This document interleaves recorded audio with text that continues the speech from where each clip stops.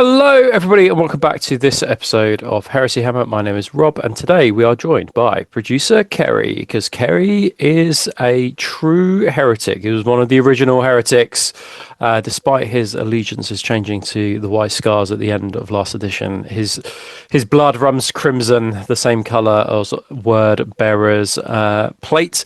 Cerri, how are you today? Not too bad, not too bad. I'm always happy to be here.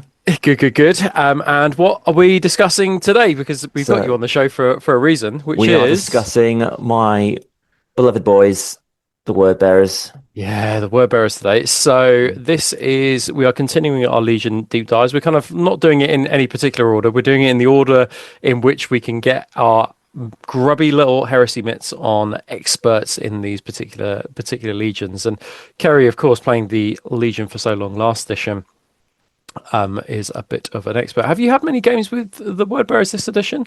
Or I've had 3 games with this edition. Okay, I have played my Scars more. Okay, I've got 3 guys with these eyes in. Under the belt. Okay, cool. Well, we'll discuss perhaps your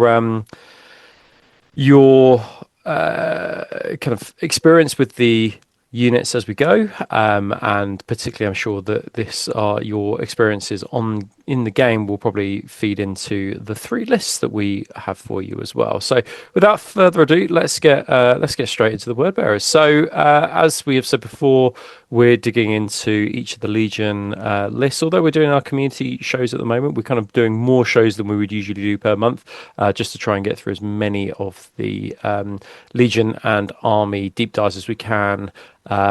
Really, my target is by the end of the Christmas holidays. That's the dream, because basically it took us 3 years to do every single Legion last edition. So we're hoping to get through as much as the way through now.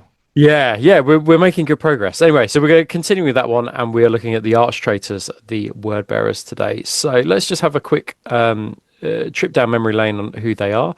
So it's interesting actually, because in preparation for this, I have just listened this week to Betrayer. No, not Betrayer. It was First Heretic, which is a book by Aaron Dembski-Bowden, and it is absolutely fantastic. If you guys have not read it yet, or perhaps you're new to Heresy or just dipping your toe in, it is an absolutely fantastic read, partly because of the amazing author, Aaron Dembski-Bowden. He knows how to wield a pen, a typewriter, a Word document, but his characterization of Space Marines is just absolutely brilliant, and like he makes really complex characters, and that particular story is told through the eyes of Argel Tal, he becomes the chapter master of the Gal Vorbak, doesn't he? Or kind of like the master of the Gal Vorbak, but he's a captain of the Serrated Sun chapter. Yep. Kind of, he's not the master of the Serrated Sun chapter. He's just a kind of a line captain, I guess.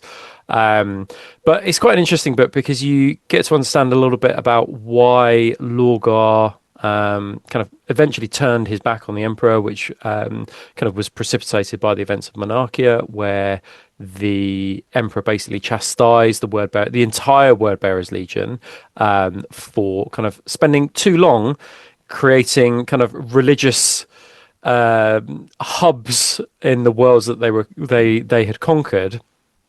And these worlds were essentially devoted to the Emperor as a god. And initially, the Emperor kind of was like, I suppose, chose to ignore it, but it got to a point where the Word Bearers were not moving at a fast enough pace in comparison to the rest of the Legion. We'd go in, we'd conquer that world, yes, and then we'd spend 6 years building it up again and making it 20 temples, make everything look good. Yeah, make it look good. Statues to the Emperor, big golden statues to the Emperor. Especially when Word Bearers are one of the most populous legions. Our numbers are rivaled basically by the Ultramarines and the Sons of Horus. Yeah.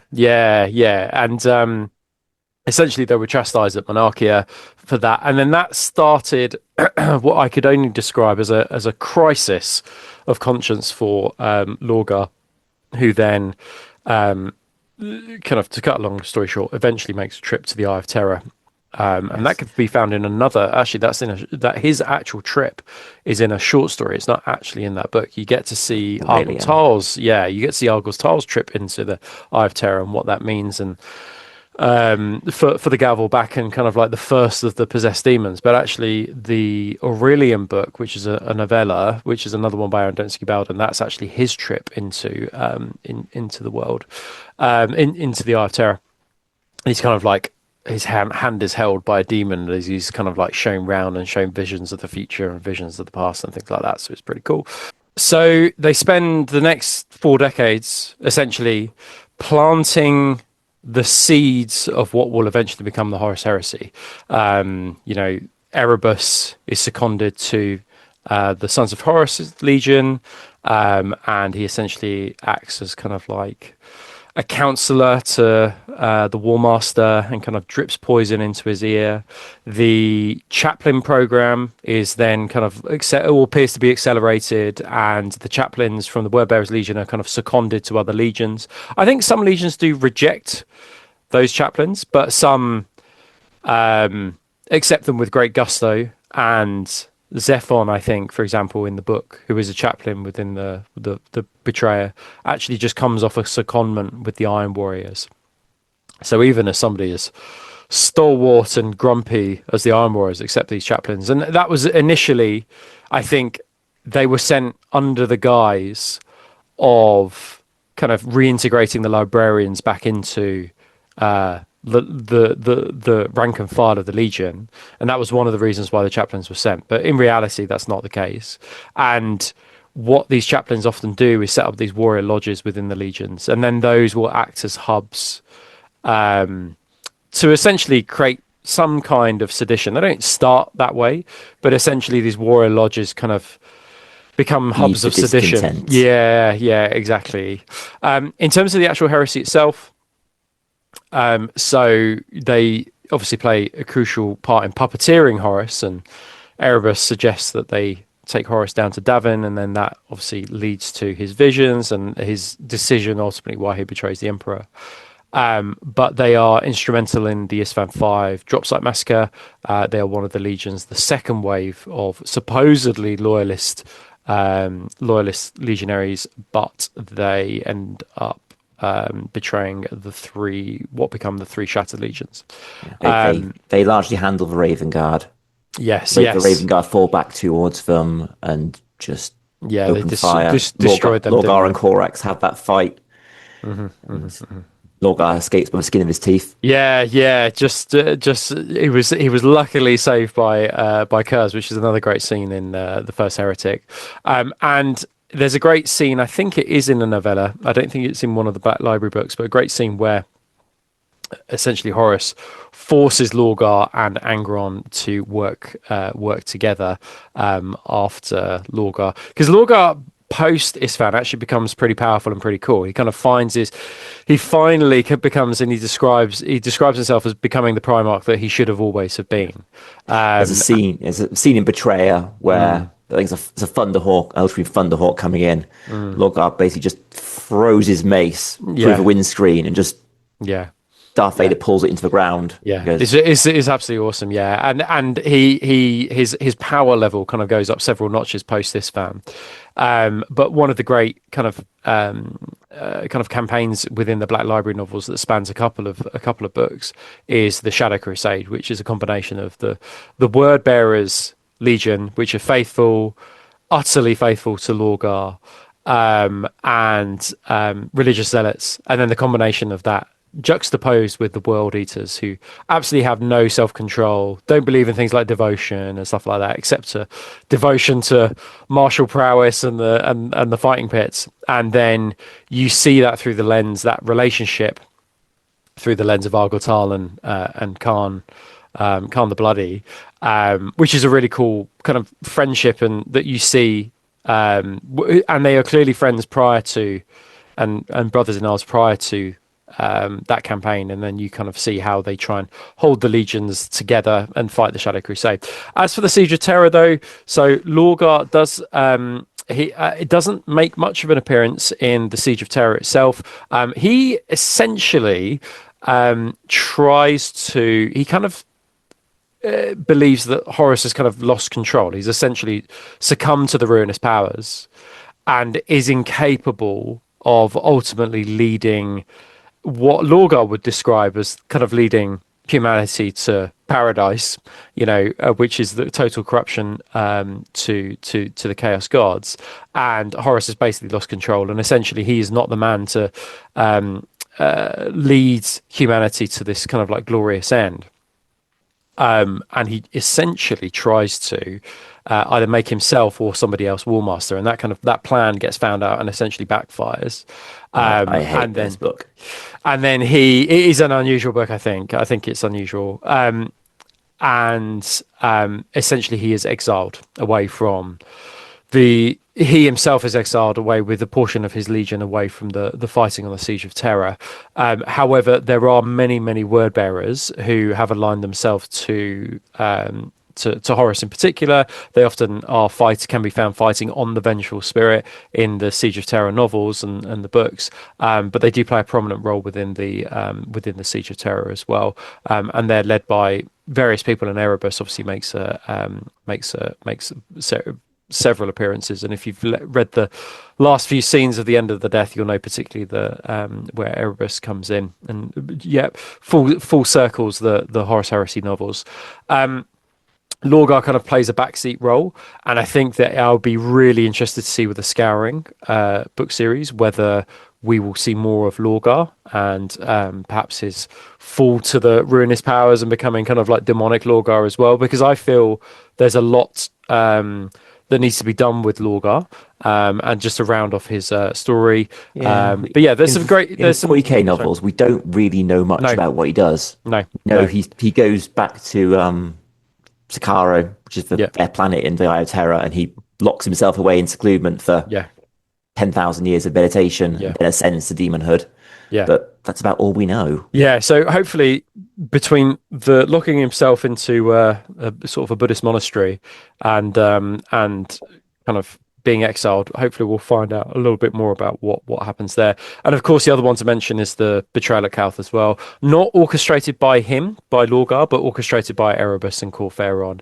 And it's a great series of books. We talked about it in the last deep dive when we did the Ultramarines, so we won't go into it too much, but it's kind of one of the big set pieces between the Ultramarines and the Word Bearers, and a fantastic set of books. The Mark of Calth kind of like short stories, as well as No Fear as well, is definitely worth reading if you are into word bearers. So yeah, anything more to add on that one, Kerry? No, just as you said, good to read if you're into word bearers or just into killing Ultramarines. Yeah, they are. One of the things that did come up, which I'd forgotten about First Heretic, is that they do have some of the most stable gene seed, and that basically it is ingrained within their Legion gene seed a loyalty to Lorgar, in a way that other legions perhaps aren't loyal to their primarch, maybe with the exception of the Imperial Fists. But yeah, they've got incredibly stable gene seed, so that's why they haven't got fangs or more 40k lore. But by the 41st millennium, the word bearers are basically one of the only legions that are still cohesive as a legion force.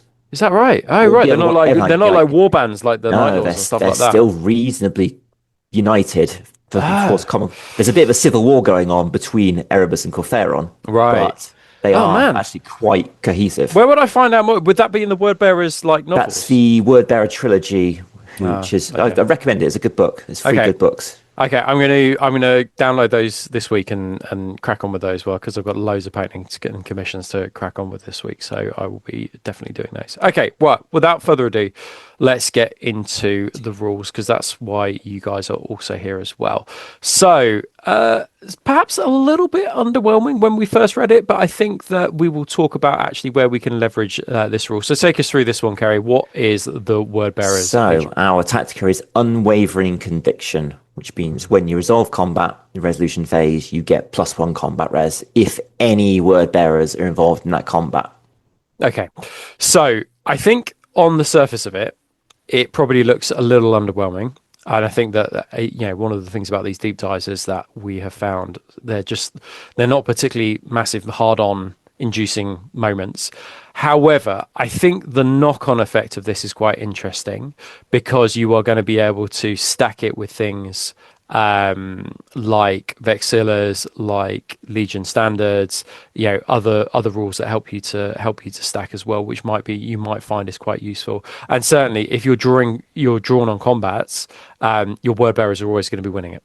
So, in second edition, their Legion rule was what Dark Angels sort of have now, and they had a rule which was if you draw combat, you win by 1.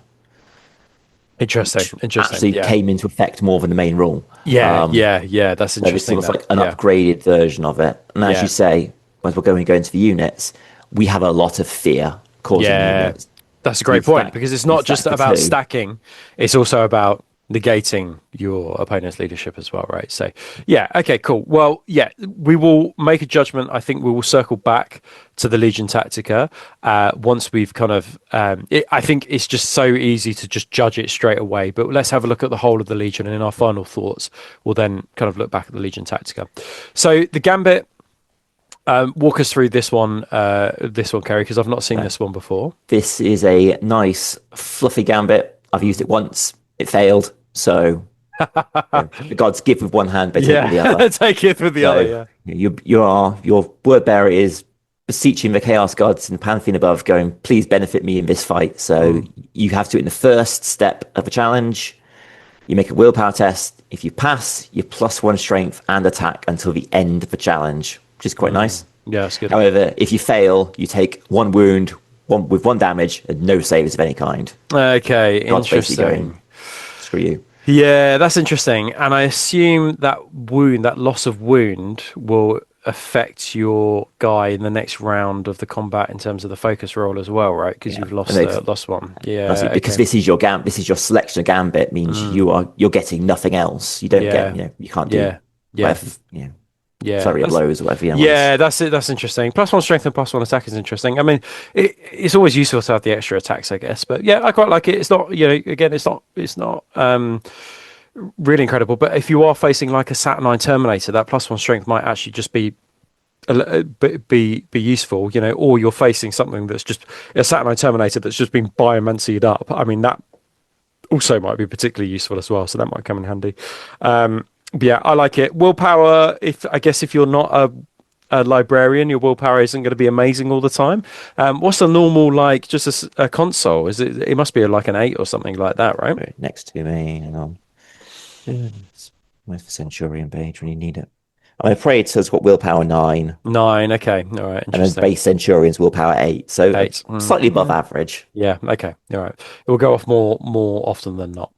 Okay, cool. Let's have a look at this next reaction. So this reaction was used against me only the other day by Tool Tom, and it was incredibly frustrating, and is very similar to the previous Legion reaction, right? It's basically identical in theme to the second edition reaction. They've slightly toned it down now because it's only to a single fire group. Right. Yes. So okay. Well, and actually we've been talking about fire groups and how important these are in the most recent Tactica on the Patreon, and it's only £4 a month, so you make sure you go and sign up right now. But it's fascinating talking about the fire groups. Actually, that's interesting. Is it like the original fire group, or is it any that's? So I think you've written it there, haven't you? Yeah, you declare it in. You declare it in step 5, which I think is declare fire groups, or you select fire group, and that fire group and anything that splits off from it, from rending, breaching, that sort of thing, is resolved. You can only shoot 1 guy in that unit, right? Yeah, which is interesting. In second edition, you just killed that guy, and it negated all the shooting. Now it's that guy tanks everything. Got it. So he might live now. Because you can get your saves. Yeah. But if he dies, the rest of them don't bleed over to the rest of the unit. Just that rest of that fire group is just negated. I love it. I absolutely love this. I think this is absolutely brilliant. I really love the idea of Erebus shoving shoving a sergeant is or just shoving a mook. It's just you go, you martyr yourself for the rest of the Legion. Absolutely love it. Just stands up and takes 9 last cannons to the face. Yeah, it's brilliant. And I guess actually in that scenario, when you've got somebody's lined up their guys to shoot you, and they've stayed still to get extra shots on that heavy firepower or whatever, and you're just like, oh, I'll just remove one guy, or I'll take all the saves on this one guy or whatever. It must be very frustrating. I mean, it was frustrating when we came against it. So yeah, absolutely love this, and would rate it as one of the top 5 Legion reactions, just for theme, but also usefulness as well. It's once per battle though, is what I would say. It's not, unfortunately once per battle. Okay, cool. I like that a lot. Yep, I really like it, and it's good that it's a holdover from before. So this is how many detachments do they have? Do they just have one apex and one auxiliary? One. Okay, very interesting. One and it's apex as well. Okay, so I mean, the fact that it's apex is interesting in and of itself. I suppose there's only 2 ways that this is going to be able to be unlocked, right? Which is through a high command or a delegatus. Yep. And then you guys can see here, so you've got 2 troop slots, which are 2 prime slots, and then you've got 2 elites. So you can kind of see why the elites, just having, it makes sense that there are 2 elites in an apex detachment. Very interesting that you've got 2 troops slots here. And the prime slots must be true believers, right? So which for me, makes them prolific. Yeah, which for me, I would be like, okay, that probably makes the most sense to have that. I can see 2 large breacher squads here being true believers. I think that would be quite useful, like 2 15 or 20 man true believers. Yeah, I think that would be that would be good. What's your thoughts on it though? A little underwhelming. I think it's a phrase I've used several times to describe this Legion is on its own, it'd be very good. Compared to other things, not. Yeah. You compare this to, unfortunately, I make the comparison, Sons of Horus Supremacy Cadre. It's not even a comparison. Which is, they get 2 elites and 2 prime units. Yeah. One, that's an auxiliary detachment, not an apex. Yeah. And 2, their prime slots are, you can take whatever you want. Whereas ours are locked into a single one. They could take true believers because they're traitors, whereas we're locked into a single thing. So on its own, great, compared to what other people get when you consider it's our only detachment as well. The other legions that have apex specific ones also get a unique orcs, like the Iron Hands, the Emperor's Children. If they've got an apex unique, they get a auxiliary unique as well. Yeah, we don't. Yeah. We are. Yeah. Single chart. Yeah, it's interesting, isn't it, this one? I mean, I'd be curious to speak to Wordbearers players about it. So if you guys are watching this, pop this in the comments down below. But it's interesting because what this essentially does is that your high command, it closes you off from taking command like retinues. I mean, you can take retinues in other prime slots, of course, through logistical benefit. But it does close you off that way. If you want those elites, I think the normal Legion Vanguard detachment gives primes to those elite slots, doesn't it? Which this doesn't. He only gives primes to basic troops, and they have to be malefic. Yeah, interesting one. I think, we'll probably talk more about a little bit later, probably demons. But this seems to be, for me, I'd go 15 and 20 man breacher squads with malefic. I think they'll be really stubborn and hard to get rid of. And if you want to really set a demon among the pigeons, then I'd really consider taking I think it was is it a herald? Is it who's got the icon of resolve or something? It's got an icon which basically means that you don't lose D3 for every status that you suffer or fail. You only lose 1, and you can attach this to these guys because they're malefic as well. So might be worth looking into. So it's because it's going to come up several times in the next hour or so. Just a brief one. So malefic as a unit, just to give the ground rules for anyone who doesn't know, malefic means largely that when they fail a tactical status check, they just take D3 wounds with no saves of any kind. So you can't pin them, you can't stun them, you can't make them run away, but they take wounds every time they fail that test. That's the big thing. Yeah.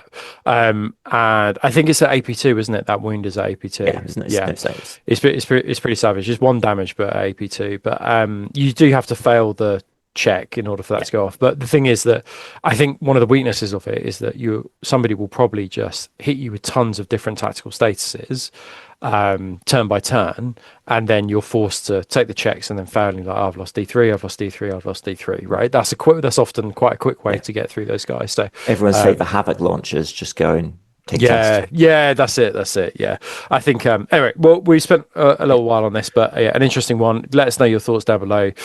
Let's get into the Legion Armory now. So we've got Burning Law, so any high command model can be given a psycho trait and an anathema discipline for 40 points, which is pretty good. That doesn't affect their willpower though, right? But so they're still working on a willpower of 9, but it's that's fine.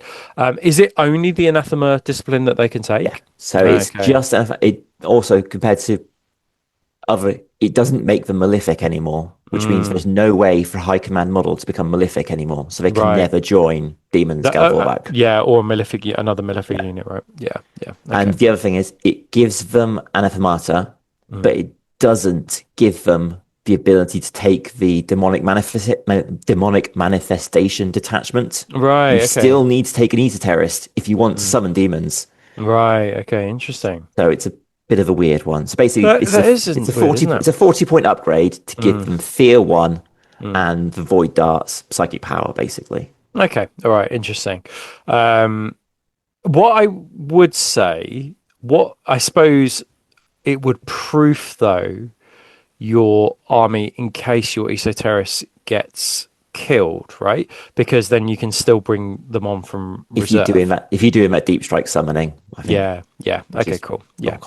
No, it won't. No, because you're probably just going to start brutes on the board, aren't you? That's the thing in this scenario. Okay, cool. So their prime advantage is Zealot Assault, so it's available to any troop choice with a prime advantage and grants the impact strength rule. And this is kind of like harking back to the Rite of War, right? Which was like you could like buff up units when you killed one of your opponent's unit. Yeah, it's the old Furious Charge rule. Plus 1 strength on a charge. Yeah. On some despoilers, I think this would be massively useful. Yeah.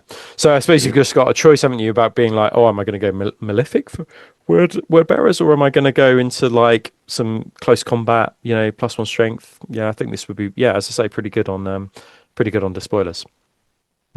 Yeah. That is, as far as Valiba goes, that is all she wrote on the armory. But they were very generous, weren't they? In the we got everything. PDF. We got everything back in Valiba. Yeah, but quite expensive, right? For these. Yeah, usual problem. Okay. Yeah, so walk us through these bad boys because they are a little bit pricey. We have the Tainted Weapon, which was added to the Sergeant and Officer War Gear for 15 points. So it's 5 points more for the base power weapon. And it is effectively a power sword with Fade strength. Okay, all right. Which is, if you're paying 5 points for that above a sword. Yeah. The problem is power weapons are just like, I think, really expensive because they've got the table now. Yeah. It's just like a power sword being 10 points on some units. It's just like, oh, this is like eye-wateringly expensive. So I guess if you were going to take a power sword anyway, you might as well make it a tainted weapon, right? Yeah. And that affects the unit though. Yeah, so Phage is done at initiative as well. So obviously, normal sergeant is initiative 4, but if you put that on a console as initiative 5 and go, haha, I killed one of you. Therefore, the rest of the unit, when that unit now attacks initiative 4, they're going, I'm strength 3. I'm now suddenly not as good. Yeah, I like that. And I like that, if you're kind of like, oh, okay, well, I've taken in my despoiler squad that prime advantage, like the Zealot prime advantage, and now they're plus 1 strength. Or their impact strength, aren't they, on the charge? Yeah. And then my sergeant has my consul in there has or the sergeant has a tainted weapon, and they're going to be wounding on 3s, most Marines on 3s as well. So it wouldn't affect this. Yeah, it would affect the strength for all other weapons that are kind of like, I think that's not bad. I like it. Yeah, it's a decent choice if you've got a couple of points you want. Yeah, buff them a bit. Cool. Then we have Warpfire weapons. Word bearers used to have the best plasma weapons of the game. Oh my god, they were frightening before. Yeah, basically, they used to be assault. They used to have pinning. They were great.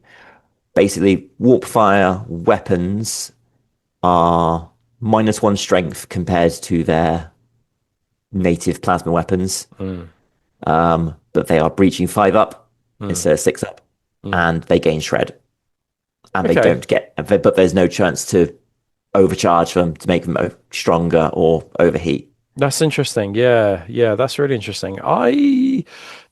Yeah, that's an interesting one. And it's heavy weapons there for 25 points. That's quite expensive, isn't it, for that? I don't know what to say here. I think the thing is, if they were like 5 points less, I could probably stomach it. But the breaching 5 up is massively valuable. And then if you can get that shred as well, being breaching and damage 2 is going to be really, really nice. But I just think that it's just a massively expensive upgrade. Warpfire blasters, 20 points for special weapons. You put that on a tactical support squad, and you're talking 30 points for a 1 wound model. Yeah, this is really expensive, isn't it? I think you're unlikely. Yeah, you're probably unlikely to see it. What would be? Can you put it on bikes and things, or is that not something that it can play? It's a special weapon. So it's any unit that can take a special weapon can take it. Yeah, it can take it. Basically, just tactical supports or the Augur command squad or whatever. But yeah. Okay. All right. Okay. Well, it's expensive. The breaching 5 up is good, but are you likely to take it? Probably not. If you're trying to make the most optimal list, if you want to, there'll be times though where it will work really effectively for people because of the breaching 5 up, and the fact that you don't kill yourself is also pretty good. Okay. Cool. Let's have a look at what is next. So into units. Right. Yeah. So straight into the units now. What do you reckon? These guys got to glow up this edition? These guys have got better and better every edition since they were introduced. Okay. And they've got some really cool models. They're probably looking a little bit dated, but that's probably because of the casting that's been going on for them. But they've got pretty cool much models. Detail on them. That's they're slightly old, they're slightly small, and they're packed with detail. Yeah, yeah. But they are. I remember them coming out and being like, "Whoa, they're so dynamic and stuff." But okay, so Ashen Circle, they fill a fast attack slot, which isn't a particularly congested slot, which is quite nice actually. So it's 125 points for 4, and they're called Incendiaries and then Iconoclast. These guys' job is basically just like go around melting books and statues and stuff like that, as well as people.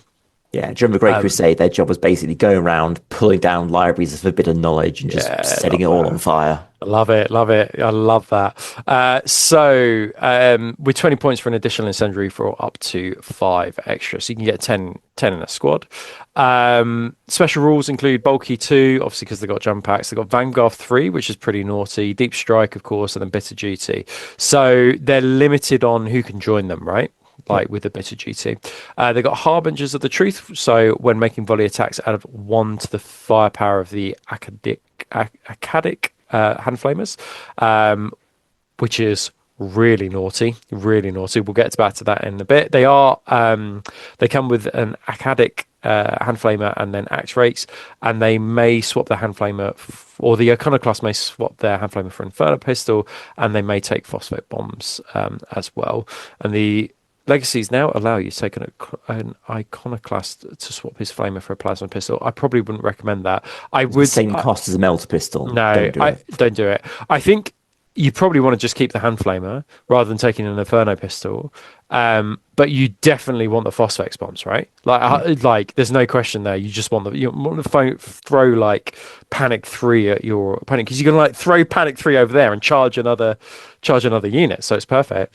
Talk us through the weapons on these guys then. What do they have? So they're special hand flamers. They've lost volley. They've lost volley from the second edition, which is quite nice. Yeah. But they're hand flamers. So they're strength 4, they're AP 4, which is quite nice if you're dealing with solar orcs. Yeah.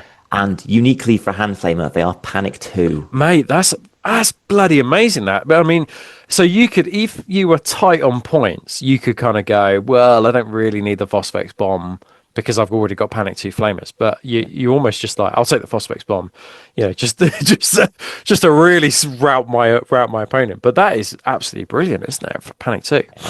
Obviously, as you said, the Harbingers of the Truth add 1 FP during volley fire. You can't deal with panic with volley fire, but no, you're charging in, or the enemy's running away. You're firing 2 of these per dude. Yeah, that's brilliant. You're getting a lot of hits. Yeah, I mean, I think one of the things I would say, it would be an interesting in terms of you guys watching, if you are Wordbearers players, how you are how many were taking a unit, because there's the thing about taking flamers in a unit of 10 is that you have to be able to make the most of that, you do have to line them up in a certain way so they're not overlapping. So whether like squads of 5 to 7 is probably best in order to get the that amount of flamers off, might be a little bit better. But yeah, I can imagine it being quite tricky with a squad of 10, especially deep striking down. But yeah, we'll talk us through the axe rake then. So the axe rake is, and the pictures and show particularly well, it's a very barbed chain axe, effectively. As you said, they pull down libraries and set things on fire. So they are, at initiative, number of attacks, they are +1 strength, so attacking strength 5, AP 3, 1 damage, critical hit 6 up, and phage move, which is a bit of a weird one. Yeah, that's very unusual. It's like isn't it? Cutting people's hamstrings. That is literally like probably going for the Achilles heel, right? Like just getting in there. I love that. So yeah, not a bad weapon, but also I think the fact it's AP3 really sets these guys into kind of like just killing scoring units, right? And tac squads.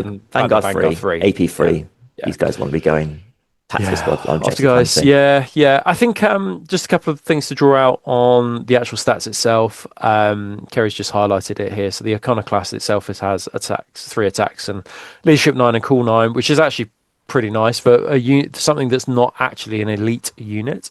I think this is pretty tasty, and I think that it is also weapon skill 4 as well. So some Wordbearers players might be lamenting the fact that they're not weapon skill 5. All I'd say is that you probably, once you've volley fired into a squad, there's probably not going to be that many tactical marines left. With a squad of 5, you got 10 templates essentially. So yeah, these guys aren't elites. They're basically Legion Destroyer. They're our Destroyer variants. That's literally that. I think it's great. Grenades. Yeah. No. Yeah. Can't win them all. I love this. I think it's brilliant. I think they're great. Yeah, really, really good. And add 1 to make a unit of 6. 150 points. Deep strike them in. Yeah. Burn someone, and then go. You've got to deal with me. Yeah. Panic 2, especially because they're move 12 as well, because they jump packs, so they've got a big threat radius once they come down. Yeah, love that. Yeah. Love it. Okay, you just can't stick anyone with them because a bit of duty. No, but that's not going to be. I don't think you need to worry about that. And I think that also the fact that there's going to be lots of fear bubbles we'll get up to in a bit, I think is just going to leverage the Panic 2 even better. So yeah, these get a Heresy Hammer Gold Star. Love it. Seal of approval. Let's have a look at the next Legion unit for these guys then. The Vorbak. So I think it's important to say, if you are new to this edition and just getting into it, one of the things over the previous 2 editions that made Gal Vorbak nightmarish to kind of face off against was the fact that they were toughness 5. So that meant only strength 10 was able to double them out. Or you could do like shenanigans with like rad grenades and stuff like that. But that was always quite difficult to get off in reality. It was good in theory and on paper, but difficult to get off in reality. Because of the prevalence of damage weapons now, damage 2 and damage 3 and damage 4 and damage 8, whatever, these guys are not as hardy as they used to be, despite the fact that they are still T5. And I think that in a world of damage, that has changed things. All I'd say to kind of like counter that point is that they do have baked in feel no pain of a 5 up, which is very, very unusual nowadays. And if you are somebody that can just make that feel no pain, then you're good to go, because you'll be making that feel no pain even against like against like strength 12, right? So it's always on. So there is something there, but they are not the boogeyman that they probably were in the previous edition, right? Would you say that's a fair assessment? Yeah, I think hit the nail on the head. Unfortunately, Gal Vorbak and my boys. I've got 30 models. I love these guys. Jesus, I've never played a game without them. But yeah, as you say, they used to go into combat and go, I've taken 2 melt guns to the face. Yeah, I still feel no pain. And go, I failed them both, but I'm still here. Now they go, oh, melt gun, dead. Yeah. Oh well. Yeah. So I'm famous in certain corners of the internet for lamenting how Gal Vorbak have been over the last couple of years. I love them, but they've always had problems. Yeah. And unfortunately, as you say, prevalence of damage weapons. The fact that all Terminators are T5 now as well. Robs them of that unique, oh, we're durable. Yeah, So that's is everyone else. interesting. Yeah, that is really interesting. That I hadn't really clocked that, but they do have some good things going for them. So I mean, just looking across their stats, they're strength 5 and toughness 5. They are weapon skill 5, which is pretty nice, and they're fast in the fact that they're movement 8. So the fact that they're movement 8 and they've got initiative 5, their setup move is going to be pretty lengthy, right? What's their setup move going to be there? What's that going to be? 4 or 5 there, you reckon? Going to be 13. Yeah, we'll have a look. We'll have a look at a rule book, but basically, it's going to be much longer than a lot of things in the game. They come with 3 base attacks. They've got leadership 9 and cool 8. However, so the leadership 9 and cool 8 does matter for when you fail the checks because they are malefic. So every time they'll only lose D3 wounds. I think this is such a good unit to have a. Like one of the I forgot what it's called now. I have to have a look in a second. The Demon HQ that has the icon attached to it, so they only lose 1 wound every one they lose. They've got a couple of other rules. So we mentioned the Feel No Pain, which is nice. They've got Vanguard 3. They've got Fear 1, which is good. And I think the Fear 1, you're starting to kind of go, okay, well, I've got a squad of Gal Vorbak. I've got a couple of squads of Ashen Circle. If I kind of like have them all fighting in the same vicinity, that Gal Vorbak is going to be giving off a Fear bubble. Is it 12 inches in total, that Fear bubble? Yes, I believe so. Which is pretty nice. And they also come with Tainted Talons as well. So the Tainted Talons are at initiative, their base attacks, their base strength, AP3, damage 1, breaching 6 up and shred 6 up, and then phase strength as well. So I think against Terminators, they will do well only if they're breaching and they're shredding. They're very in line with their problem they've always had. These guys are our elite combat unit, and you are absolutely fishing for 6s. If you don't roll 6s, you will bounce. You go toe to toe with tactical range or rip in half. But you throw them against any unit that's actually a combat unit, and if you don't roll those 6s, make 15 2-ups. Oh, you did. Cool. I think one of the things as well I would say is that the Gal Vorbak, the durability in the previous edition meant that you didn't necessarily need to buy a heavy transport for them. You could walk to like 8 across the board and be pretty comfortable knowing that you probably just lose 2 on the way. Now, though, I think that these are much more of a contender for taking a heavy transport, like a Spartan or a Land Raider, because they're not as durable as they once were. A blast from a heavy conversion beamer is basically just going to mince these guys. So yeah, okay, interesting place. The fact that they're AP3 as well, they've got they're going to be good at killing tactical marines, I guess, and like veterans, as well. And a power fist, 1 in 5 power fist seems an obvious choice because the fact they're initiative 5, like it will still be basically mandatory in second edition was you always took that power fist because that was a strength 10 power fist. And they've claimed some hefty skulls for me over the years. What's the power fist now? Is it plus 3 strength, plus 4 strength? Plus 3. So you still strength 8, but yeah. The fact they're initiative 5 though means that I think, is it -2 or -3 for the initiative modifier on a power fist? Book next to me. Power fist. Power fist -3 initiative, +4 strength. So they're strength 9. Yeah, and then they would be going initiative 2. So go before other things. Yeah. Okay, cool.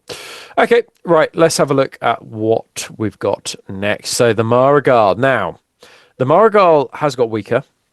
However, what I would say is because all contemptors have got weaker, it actually still excels in the weapon skill department because of that. And the only thing that can really, in terms of weapon skill, is comparable is some of the Custodes dreads. So walk us through this one. What's the headlines on the Mhara Gal? So, as you say, he's a weapon skill 5 dreadnought, which is pretty rare these days. 7 attacks, so he's got like 1 more than a normal contemptor. Yeah, that's nice. Yeah, 2 up, 5 up. He's bulky. He's got explodes again. Fear 1, very nice. He's malefic as well, so he takes if he fails tactical status check, which is not really a concern when you've got leash 12 and cool 10, but it's there. What he comes with is the original Warpfire cannon, which is probably the best plasma gun in the game. So that's a breaching 4 up. Wow, yeah. Breaching 4 up on a blast, Mm. and it's 2 damage base with shred. Mm.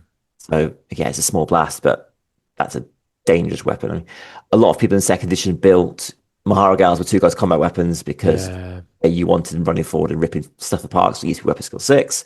Yeah. But now you can't do that. That plasma cannon is lovely. It's also gained a new weapon, which is burning Warpfire. So basically, the rules for these guys used to be they've got open rents in their wounds, which is burning demon fire, which meant they used to take less damage, like Volkite Melter. They've lost that rule, but they've gained this instead.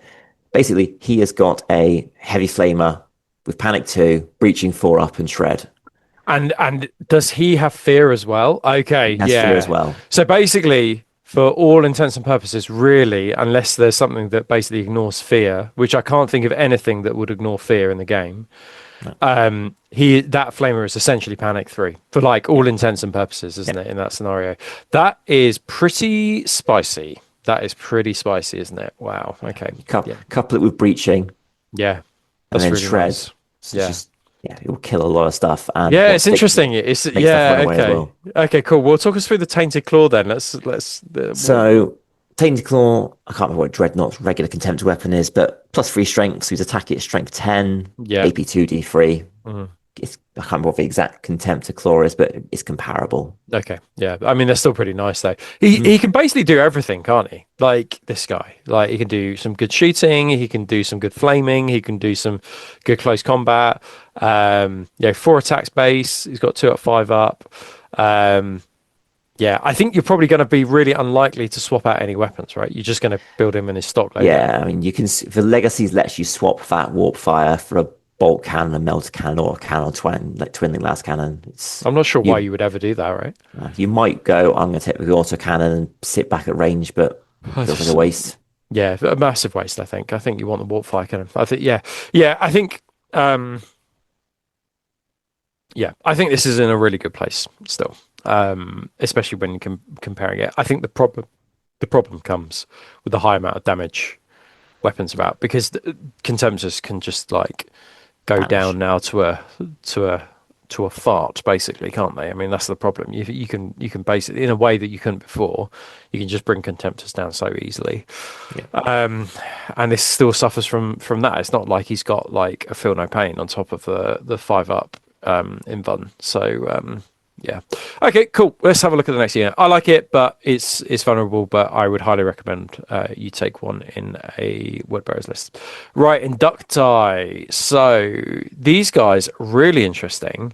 They have Vanguard 2, which is really, really cool. They've got all the normal stats you'd expect from Inductii, like leadership 7, cool 7, willpower 6.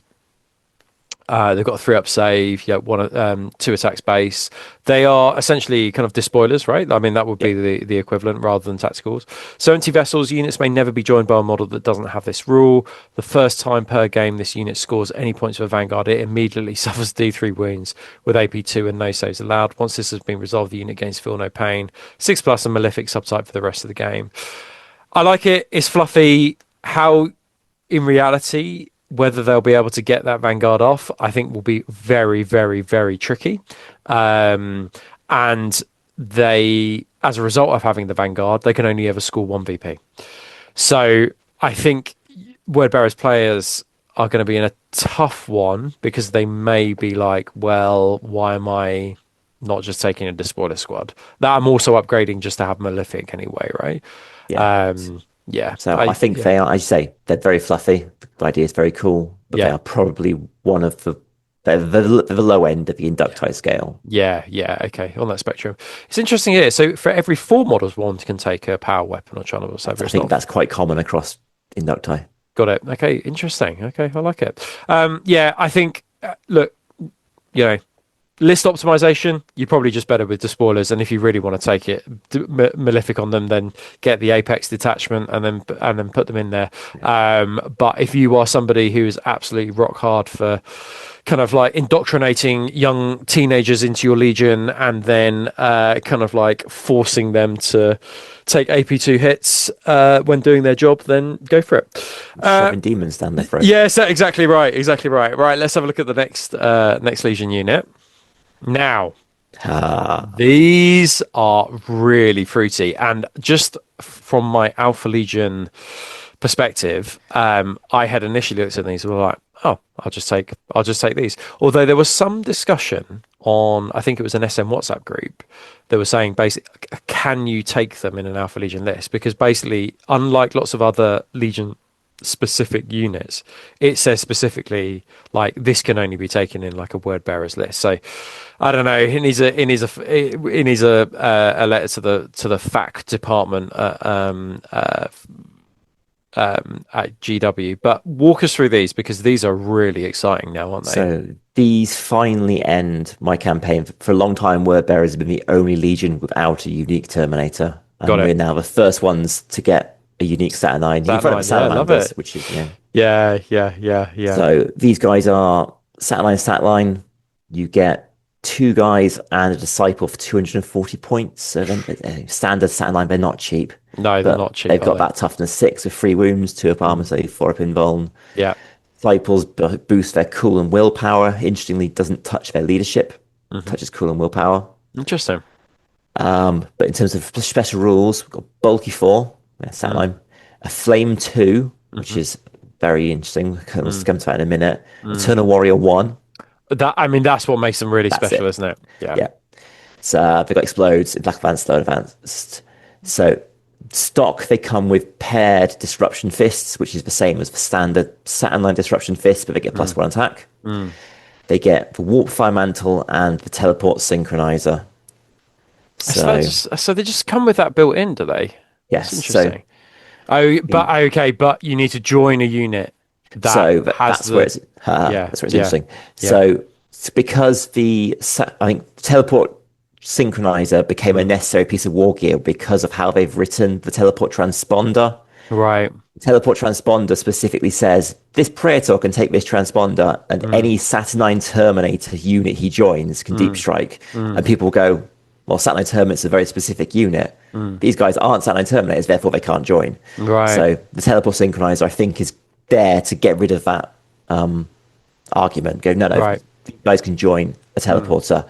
But what's really fun here is the sergeant of the squad, the disciple, can take the teleport transponder by himself. Oh, right. You need a Praetor to deep strike these guys. Oh, that's huge. Man alive. That's crazy.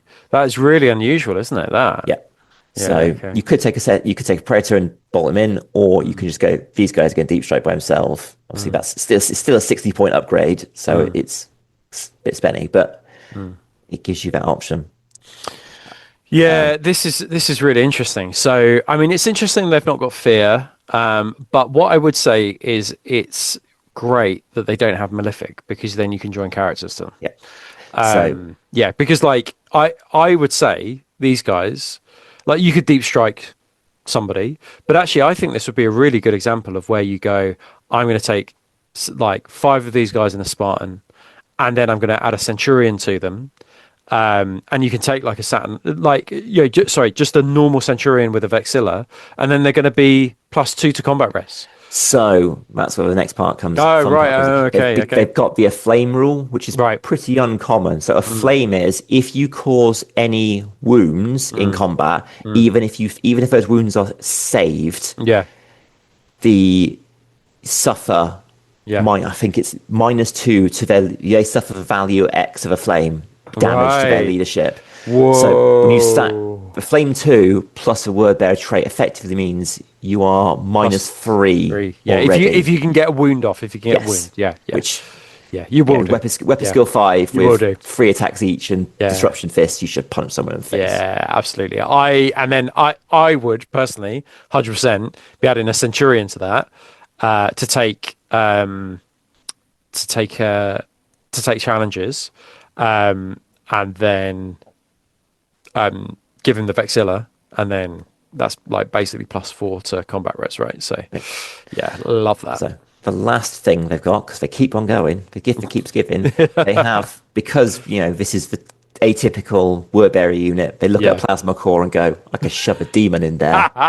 Love it. So they've lost the I forgot what I call them, normal satellite that makes plasma cannons -1 strength. Yeah, I know what you mean. But they've gained Eternal Warrior. But they've got what's called the Warpfire mantle, which means if they make any saves in the enemy shooting attack phase, if they make any saves, armor, invulnerable, whatever, every enemy within 8 inches must take a toughness test. And if they fail that, they take D3 wounds with 0 saves of any kind, basically. Wow. As the demons in their invulnerable saves lash out back at the unit that shot at them. So you can deep strike these right into the middle of the enemy army and go, you can shoot me, but everyone who shoots me is going to start thinking, actually, how many toughness tests can I pass? Yeah, that's a really, really good point. I love this. This is absolutely brilliant. Like, what a great unit. And as you say, much needed within the Word Bearers arsenal.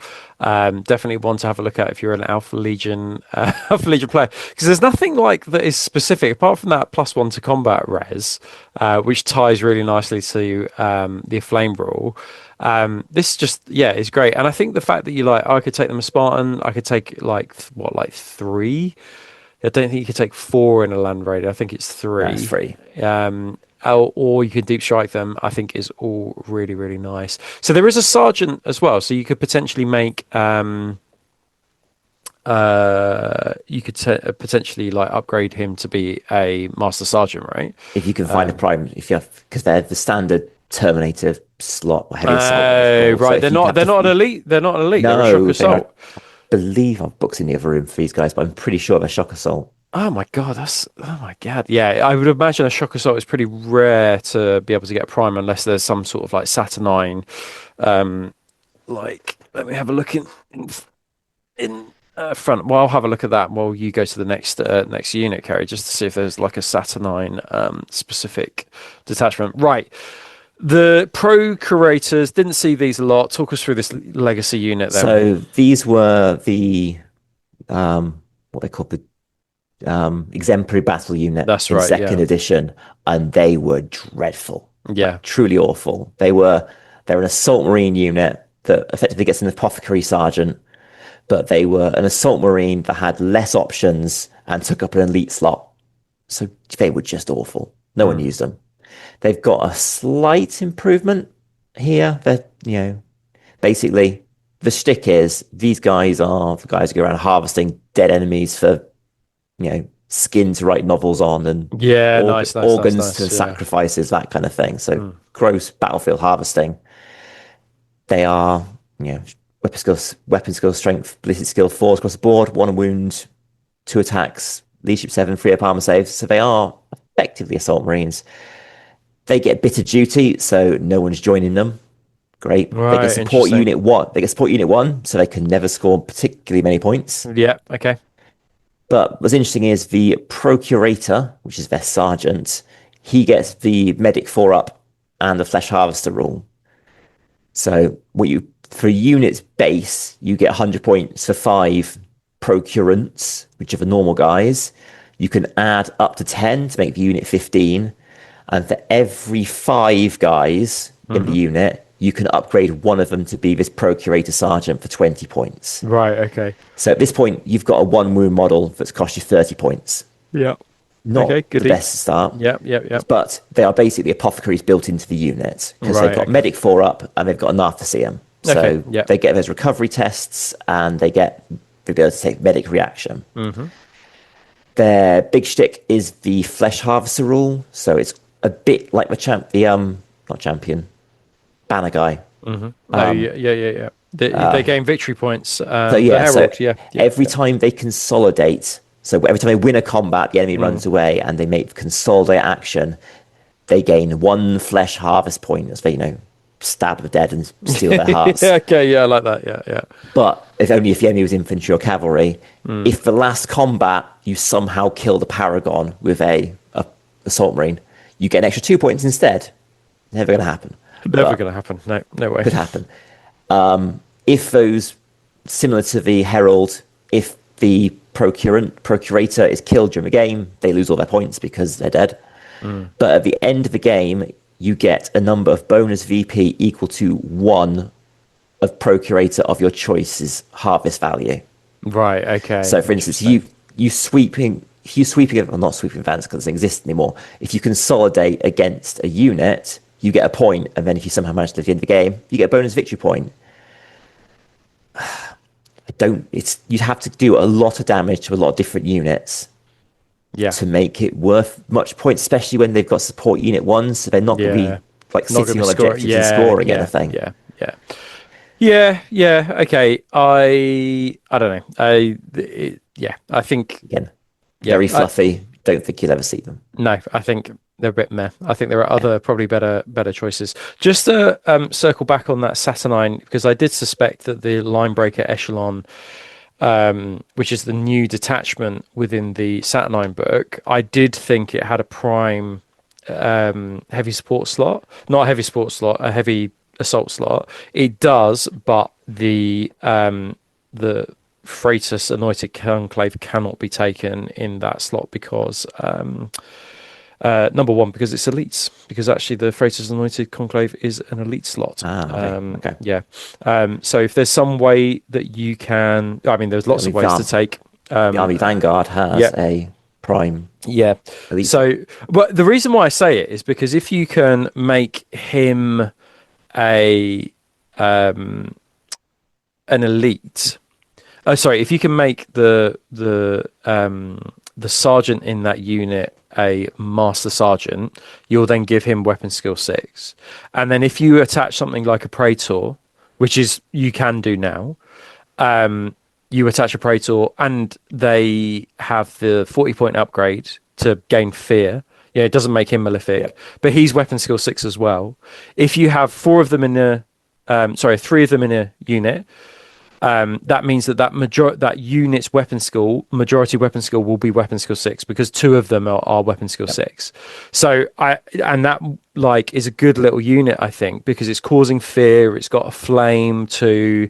It's then got the word bearers kind of trait on top of there, so they probably will be winning combat after combat as well. You just need to make sure that you keep those 2 weapon skill 6 guys alive. So yeah, I think that has some play, and it's only 4 Saturnine in your army, 1 praetor, and I mean the praetor doesn't even need to be Saturnine, but you probably want to do it to make him like toughness 6. But yeah, I think that's got a lot of play, unlike the procurators. Yeah. Cool. Let's have a look at what is next then. So Diabolist, this was always a pretty cool brother. Yeah, this was always a pretty cool unit. So I mean his stats are basically Centurion stats. However, he has willpower 10, which is huge. Which is really nice. He can be taken with jump packs, Terminator armor, bike, and jet bikes. And their special rule is damned, so he may join a malefic unit. So he does not have malefic, but he may join, so he can join anyone. Yeah, so that's fine and dandy. He's got a force weapon and a bolt pistol, and then he can swap it for like any Legion pistol, and then he automatically has the Diabolism discipline. So that grants fear 1 and the 2 powers below. So the fact that it gives fear 1 is brilliant, right? Like, it's just, again, that fear, with all the flamers, the panic 2 flamers that you've got, and then combined with the word bearers rule, there's lots of overlapping kind of like buffs there. You guys feel like it's kind of the complexity of word bearers now kind of being like, right, I've got a bubble here, I'm going to use this here, I'm going to got this thing. It's like how Ultramarines used to play, kind of like on the table, not anymore though. So you got 2 powers though. So the first one is Hellfire. It's 12 inches. It's, what's that, firepower D3? D3 firepower, yeah. Oof, I've not seen that before. Wow, that's crazy. Range strike 7, AP 4, damage 1, breaching 6 up, deflagrate, and force damage. So it doubles the damage on a force test, is it? Yeah. Okay, cool. That's actually really nice. That's a pretty neat weapon. And then there's Dark Channeling as well. So you manifest at the start of the fight subphase, choosing a friendly wordbearer unit within 12 inches. If passed, the unit gains the Flame 1 and Feel No Pain 6 up special rule until the end of the phase. Again, really nice. And we've talked about the positives of the Flame when you are a wordbearer. This guy seems like a really decent choice, actually. Give him a jump pack, chuck him in some Assault Marines. Yeah. Make them a Flame, a Feel No Pain 6 up in combat. Yeah. That's would this also be?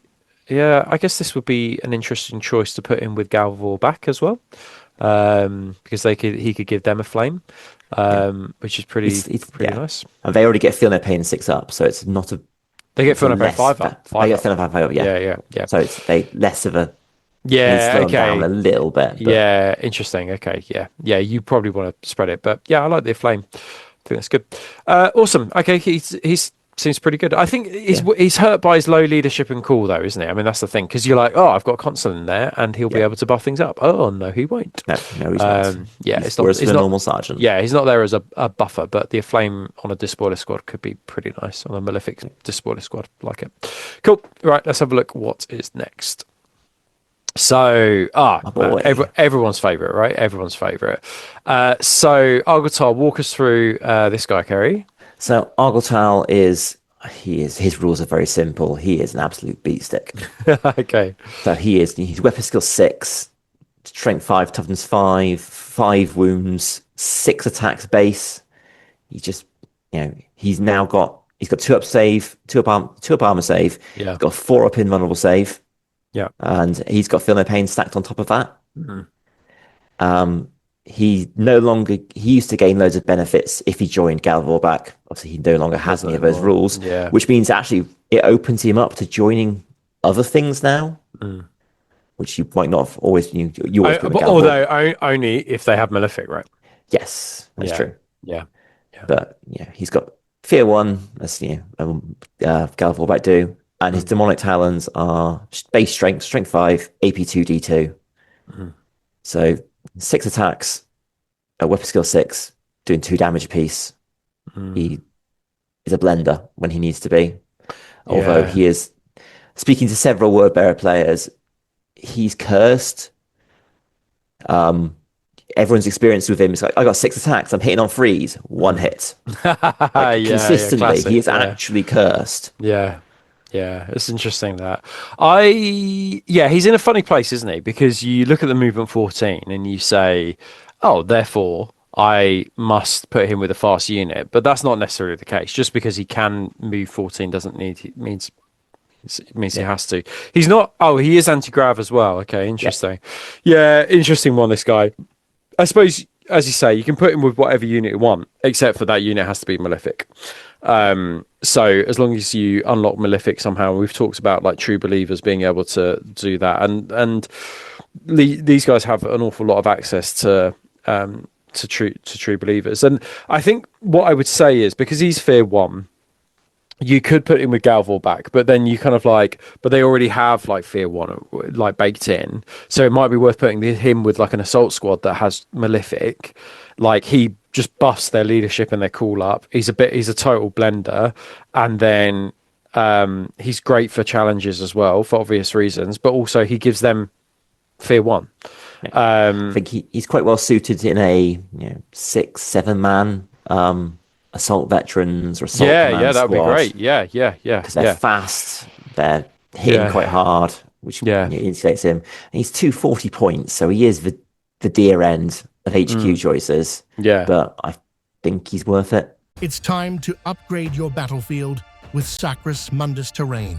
Sacrus Mundus sculpt breathtakingly detailed and varied terrain that will bring your games of Horus Heresy to life. From the ruined cities of Armoria to the jungle vestiges of Lintrath, Sacrus Mundus design immersive battlefields for any type of tabletop wargaming experience you desire. Find their extensive terrain collections online right now. Right, we were just double checking that basically, because in my head I had it locked in, or that true believers could only be used on troops, but we just to double check that actually basically true believers, as long it's a prime slot like benefit, so you can just use it on whatever unit has that slot. So yeah, but actually, as you say, like Vanguard vets would be a really good one for this guy. But even like a command squad would be bloody brilliant, because you just like a jump pack command squad, they have a Legion banner that's +2 to combat res, their word bearers +1 to combat res, and he's got Fear 1 as well. So essentially you're getting like +4 to combat res, like not in reality you're not, but you're getting +3 plus the fear, which is Really, really nice. So, yeah, lovely jubbly. Okay, love him. Let's have a look what's next. So, Zardu Layak, he features in the kind of like the earlier half of the Siege of Terror novels. He's pretty cool model. And before you used to be able to like build whole armies around this guy as well. But he's 220 points and he can add 2 Blaze Slaves for 60 points each. And basically they're kind of like super duper Gal Vorbak. He himself, his weapon skill 5, his ballistic skill 5, he's got 3 attacks. And 4 wounds, which is pretty nice. He's got leadership 11, which is lush. Like that is actually pretty rare. We're getting to like almost like primarch. On the other end of the radio. Exactly. That's actually a really good point, right? Yeah, really good point. Because he is command, I assume, and not specialist. Yeah. And he's got 2 up, 4 up. The Blade Slaves a little bit faster at movement 8. Their toughness 5, their weapon skill 5, which is really nice. Initiative 5. They'll have a little bit of a further setup move than Zardu Layak. And then they've got a 3 up save as well. He has Hatred Loyalists and he's got Binder of Souls. We'll get back to that in a bit. And then the Blaze Slaves have Feel No Pain, Explode 6 up, which is pretty nice, and then Fear 1 as well. Again, yeah, basically they're just Gal Vorbak, aren't they? Just with higher leadership and higher cool, I think.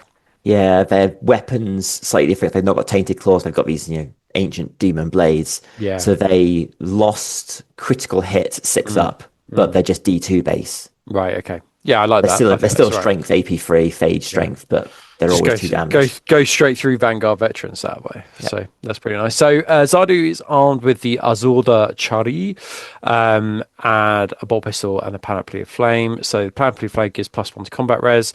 Man, you need to be like Wordbearers players just need to be getting into combat like all the time. It's just about combat. Like sack off shooting, just get loads of transports, rhinos, land raider Spartan, just get your boys into combat. Yeah. I don't know where it happened, but somewhere between 1st and 2nd edition, Games Workshop decided that Wordbearers were a combat legion. Yeah, sing your hymns, like get the choral music on, and then just rev up the chainswords and just head into combat.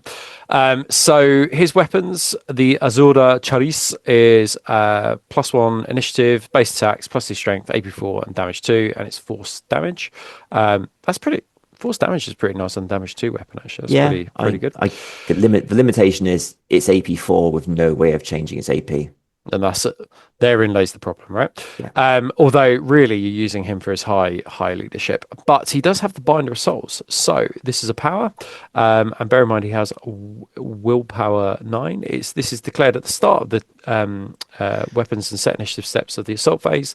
The target must be an enemy model in the same combat. If the manifestation is passed, select an enemy model with a willpower of 7 or less. For the duration of the combat, that model now acts as if it is under the control of Zardu's player. So basically you can just like you're puppeteering that model, right? Yeah. And you think willpower 7, what's willpower 7 or less? Dreadnought. Well, are they actually just check Contemptors and Leviathans are willpower 7, so if your enemy's got mental. A dreadnought that's piled into combat, you just go, you're now mine. I love that. That's absolutely awesome. So yeah, you're not taking him for his Azorda Cerri, are you? You're taking him for the fact that he can puppeteer one of your models. I mean, what about like a console? What's their willpower? I think they're probably 8, but obviously all consoles are slightly different, aren't they? Like an Overseer's willpower 8, Master of Signals willpower 7. Oh, right, it's 8s and 7s depending on which ones you're looking at. Interesting. Okay, right. That is interesting. So yeah, I love that. I think I mean, where that's good is like you've got a sergeant in a squad and they've got something like double, like they've got 2 lightning claws. And you're like, well, I don't want that to come into me, so I'm just going to puppeteer you to put your lightning claws into your own unit. So yeah, the most devastating weapon, if you can, put it into your opponent's unit. How insulting. Love it. And you've got Fear on the Blade Slave. You've got the Panoply of Flame +1 combat res. Yeah. You've got the Wordbearer traits. You're already at +3. Yeah, love it. Yeah, this is he's really, really good. I think you would probably want to take the Blade Slaves with him. So it forms basically a little unit of its own, but can things join that unit on top of that or not? Good question. In 2nd edition, they FAQ'd it that yes, you could join units and command squad to him when he had the slaves with him. Right. But I don't think it's clear in this edition There's nothing that one. Okay, cool. Well, we'll wait to see, because I mean, he would be great just to like bulk up some. But he himself is not malefic, is he? That's the interesting one. And then the blade slaves are not malefic either. That's an interesting one. So obviously they are malefics. Zardu and the slaves are malefics. So okay, interesting. The blade slaves are also champions, so they so they can take challenges. Man, that's awesome, mate. These seem like an auto include. Like, this is really, really good. Only thing I mean, it'd be amazing if you just add in like 5 more Gal Vorbak into this unit, because then you haven't got to worry about like, you get a contemptor into that combat, and you're like, okay, I'll just like put all these like hefty attacks into my opponent. Cool, love it. Okay, really, really nice. Let's have a look at what is next. Oh, too many. So, Erebus, walk us through this harbinger of chaos. So, everyone knows Erebus. Everyone loves him. He is Marmite on the internet, isn't he? Everyone want to kill him or they love him. Yeah.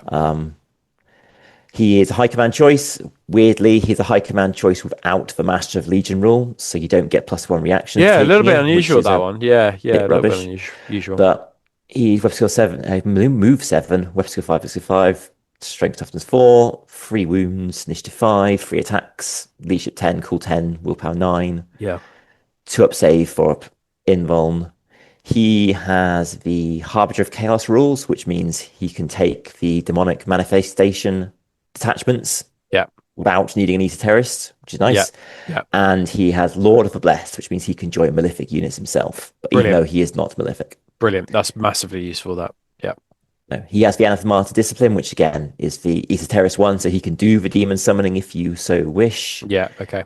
He has his Crux Malefica, which is the third, the great irony that all Croziuses that all chaplains carry in 40k are all modelled off the Crux Malefica that Erebus used to carry. Right, yeah, interesting. The irony. He was the first one with that signature chaplain weapon. Yeah, nice. Which is +3 strength. So he's strength 7, AP2, D2, and fade strength. So attack initiative 5. Anyone who's initiative 4 or below, there's going to be -1 strength once he's crushed someone's skull in.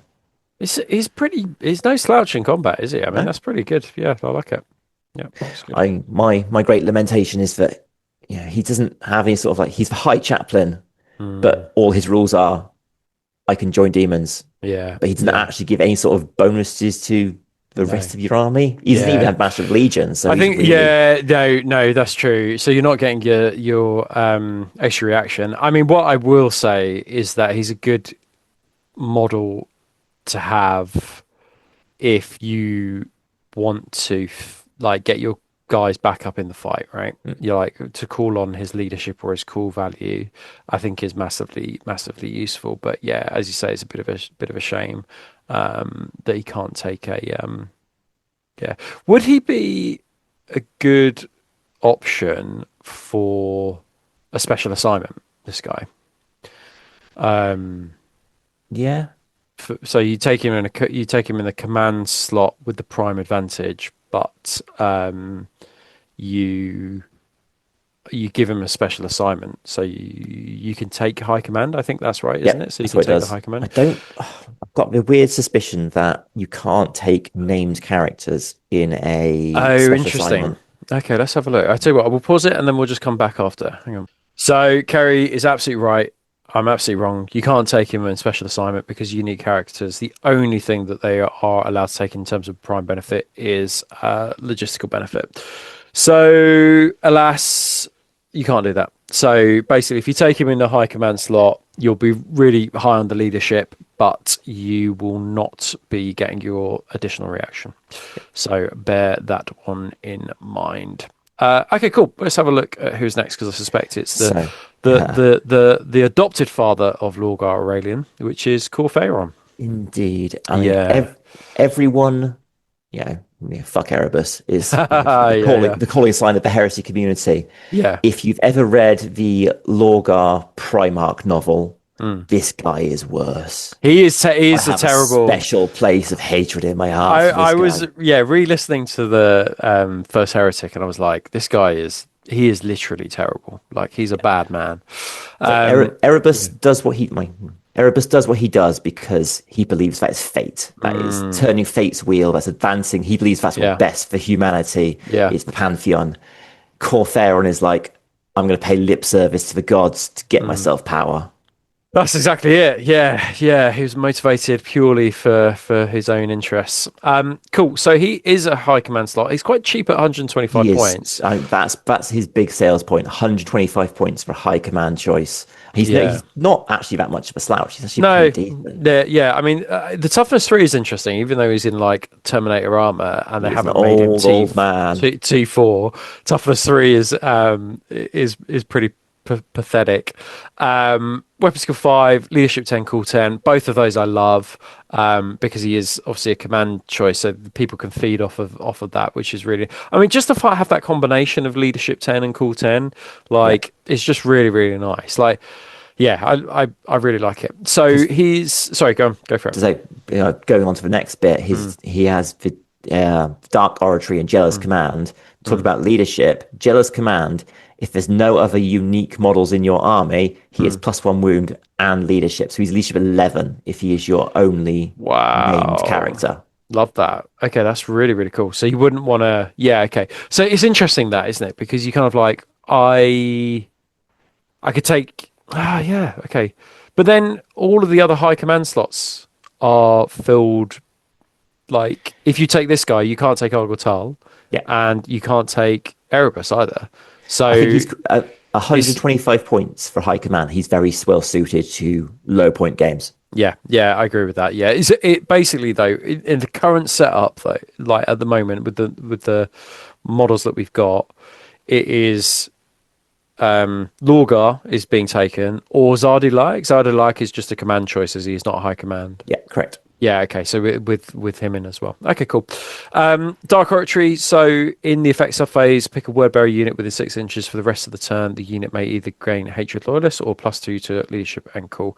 Really powerful. I've got to say, I mean, if you like quite a complicated overlapping game, word bearer seems to be like the one for you, right? Like, I really feel that you can lean into like the Malefic, the leadership, the +1 combat res. Lots of overlapping stuff. Weirdly, we are 2nd edition Night Lords. It's all about stacking fear bubbles. Isn't it just? Yeah. Like, I actually think that now, having done lots of these deep dives, I'm kind of thinking this is really one of the thinking man's armies like this, because you want to like overlap a lot of stuff, have your units working in tandem together. I think this is how, like, for me, Ultramarines used to play, and this is really tickling my pickle now. I'm enjoying this. Okay, cool. So his weapons, he's got the Patriarch's claws, nothing amazing. They're AP2, they're strength 3. And they're damage 1 and shred 6, right? But they are strength 3, so bear that one in mind. His Digiflamers, which is extra weapon, it's just a template weapon, it's damage 1, and it doesn't have any panic either, which is a little bit disappointing. No, it's a light flamer, isn't it? I just want to double check something. Hatred as a rule. When locked in combat or engaged in challenge, any models have a trait value. So it only affects you.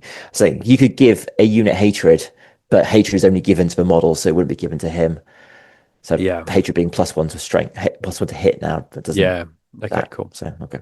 Okay. Cool. All right. Yeah, I think exactly as Kerry said, if you've got lower points games, you want to keep your high command cheap, and you want that extra reaction, then this may be the guy for you. Cool. Let's have a look. What is next? So, Lorgar Aurelium. Walk us through the highlights for this guy. He has 445 points, which actually doesn't even make him one of the cheaper Primarchs. It makes him about middling. Yeah. Primarch stat lines: movement 8, 6s across the board, 5 attacks, leadership 12, cool 11, 10s and 10s for willpower intelligence. Standard Primarch stuff: bulky 4, Eternal Warrior. 2, Sire of the Legion. He has the NF Martyr discipline, so he has the esoterist powers, but again, can't take demonic tables by himself. Has hatred loyalists, nice. And he has power of a word, which means he can join malefic units. So my I'll finish going for rules before I start talking about him. Sure. Sire of the Word Bearers means that if you've got 4 or more troop slots in the primary detachment are filled with spoilers or tacticals, then all troops are prime, standard Primarch thing. And additionally, at the end of the first turn, until the end of the first turn, all Word Bearer units automatically pass their leadership checks. That's pretty good. That's pretty good. Run away in turn 1. No, that's good. I mean, you can still status them, though, can't you? But it's just that you can't. I mean, the other thing I would say about this is that it's like if they automatically pass their leadership checks and they are true believers, they're not going to be losing D3 wounds on that first turn from leadership. They can still lose it from failing like a suppressed check, but they're less likely. They're not going to be. So you can have things out in the open in that first turn and feel confident that you're not going to be losing as many wounds if your units are malefic. So that I think is pretty nice. Good synergy there. So I'll look at weapons before I start talking about. Yeah, sure. So he comes with Illuminarium, which is the big mace that Ferrus Manus made for him when they were still talking. +2 strength, AP2, D3 with critical hit, phase strength, and reaping blow. It's a pretty good weapon. Yeah, that's not bad. He's weapon skill 6. Yeah. And devotion, his pistol, single shot, strength 8, AP2, D2 with shock and pinning. Shock pinned is good, isn't it? Yeah, that's pretty good. Yeah, I like that. That's not a bad weapon at all, devotion. I mean, it's pretty good. Reasonably decent. Yeah. Okay. What's my great gripes with him is that in 2nd edition you sort of had 2 tiers of Primarchs. You had combat Primarchs and you had support Primarchs. Combat Primarchs are obviously they're self-explanatory. Lionel, Johnson, Ferrus, that kind of thing. They kill people and they kill lots of people very easily. And you just had support Primarchs that buff the legion around you. Lorgar, by his nature, he's the runt of the litter. His job is he is the orator. He is he's there to buff the legion around him, and he doesn't.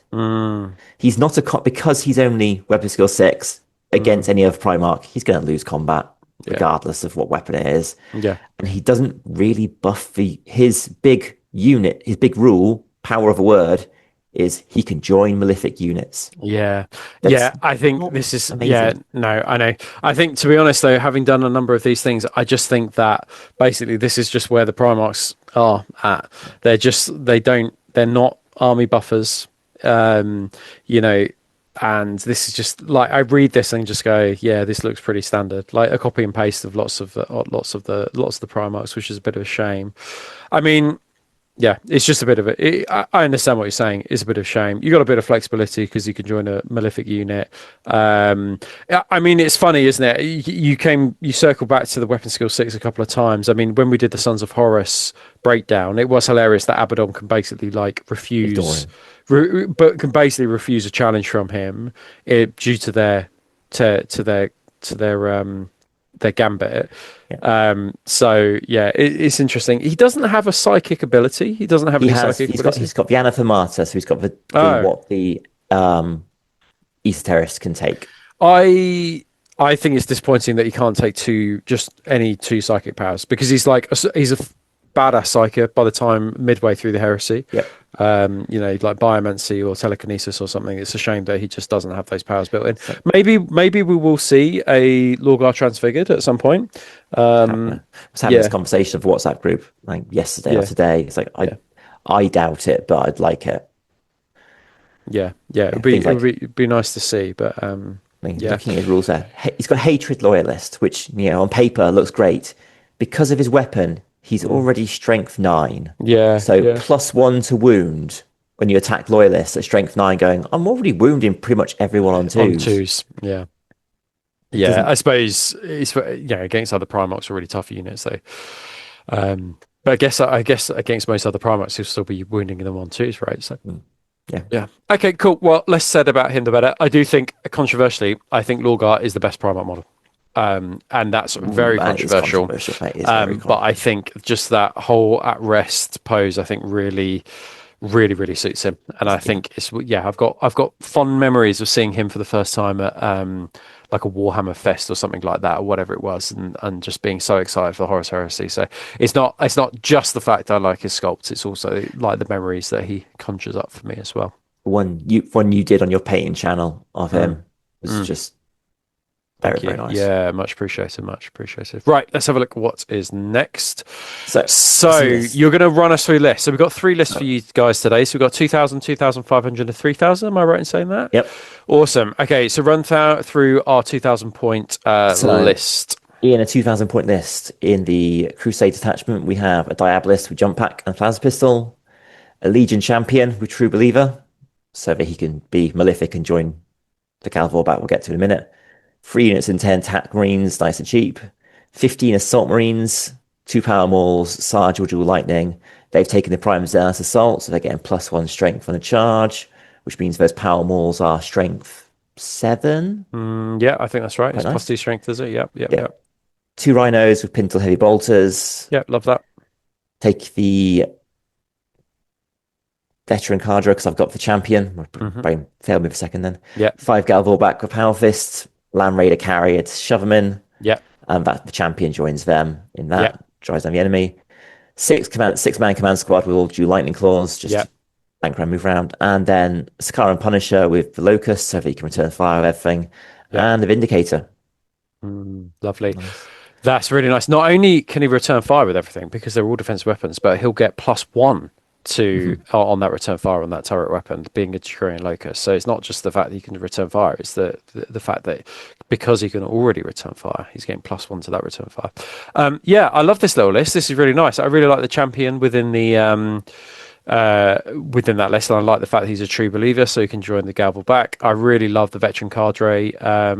Auxiliary detachment. I think it's so flexible, and I think this list just does a little bit of everything, doesn't it? It has loads of scoring in. I think people looking at this will be kind of being like, "Whoa, there's like 4 line in this list. This is a lot." But I think this is how you win games. Like, I think this is it. Can you make this list currently out of what you've got, Kerry? I'd be 5 assault marines short, I think. But right, okay, cool.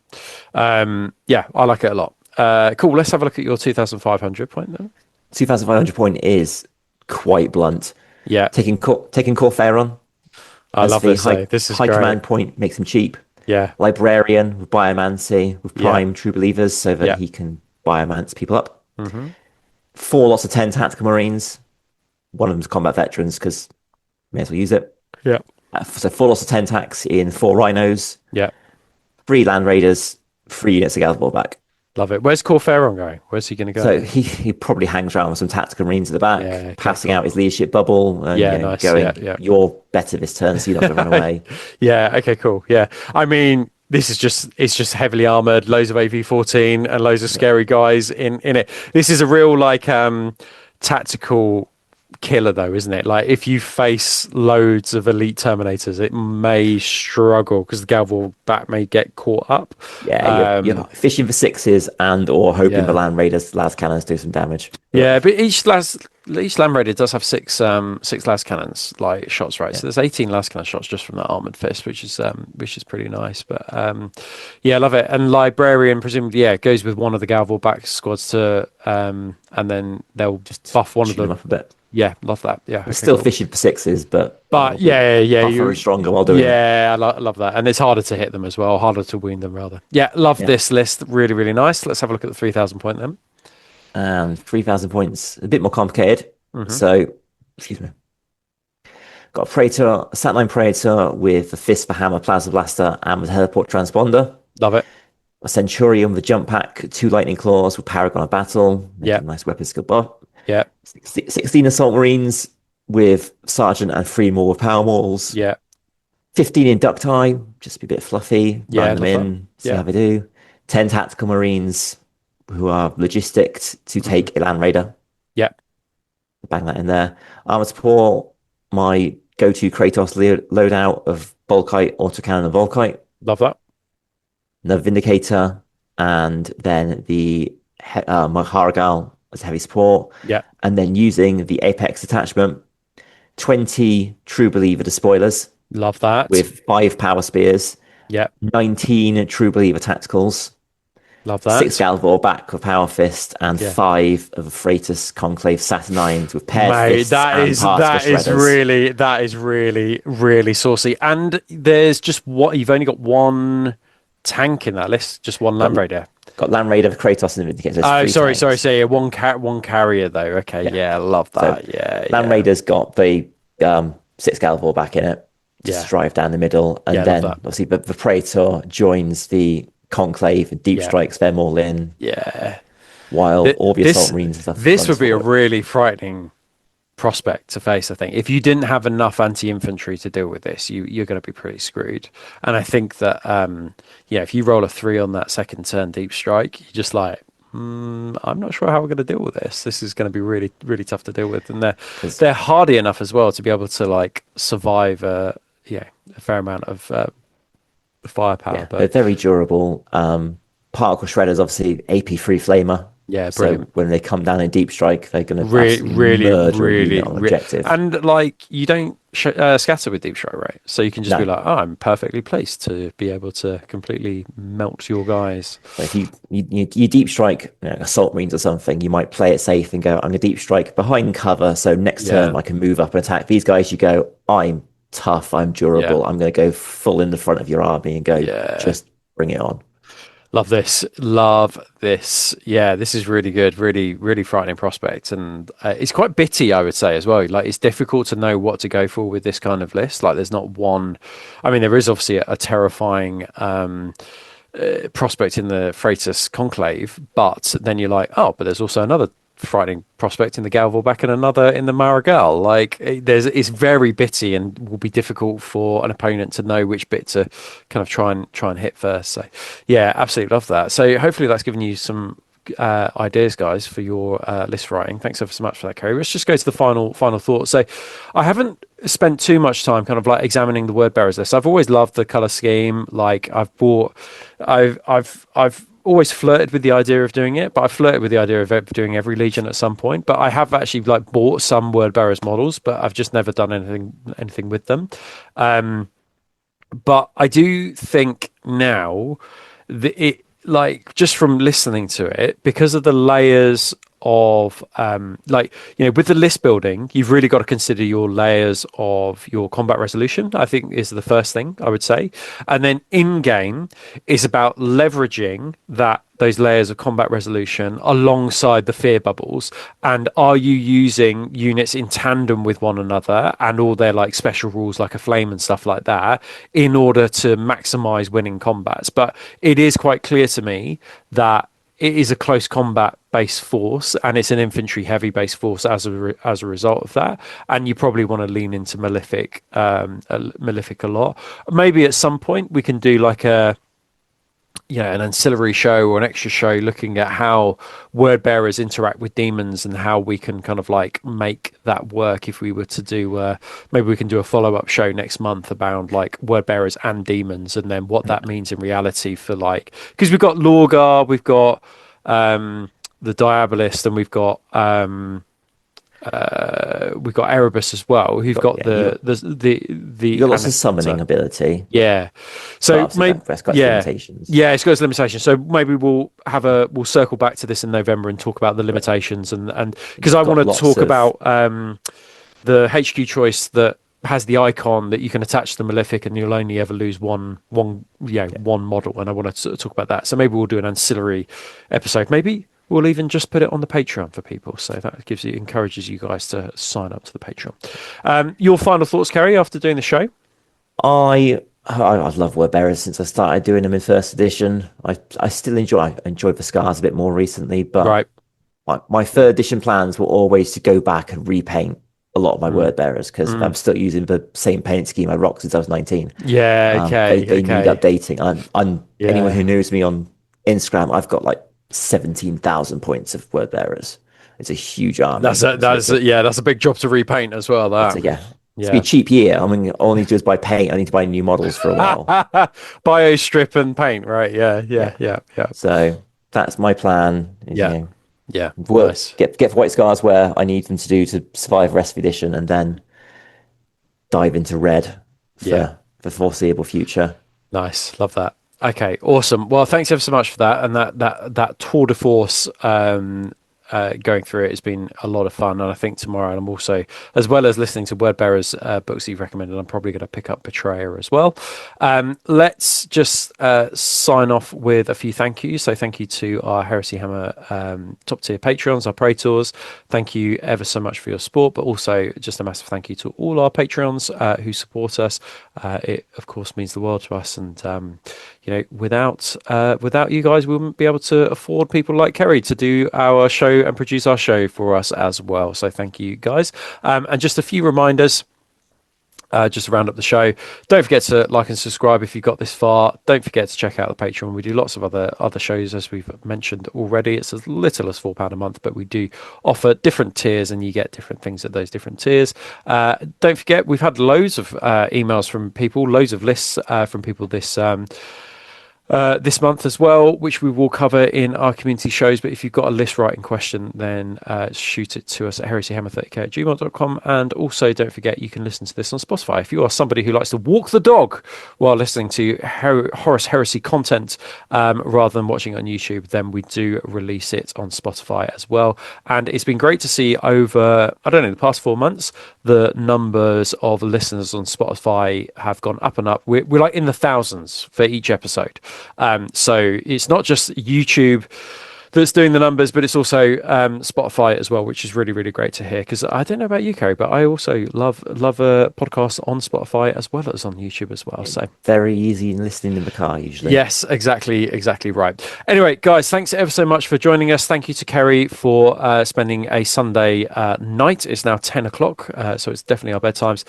Thank you ever so much for spending the time and going through that with us. I'm excited about the prospect of maybe doing a Wordbearer's Force in my future, but I say that after every single deep dive that I do. Anyway, it's the curse of doing these videos. You should go, yeah, 100%. 100%. Yeah, absolutely love it. Cool. Anyway, take care, guys, and we shall see you on the next one. Bye now.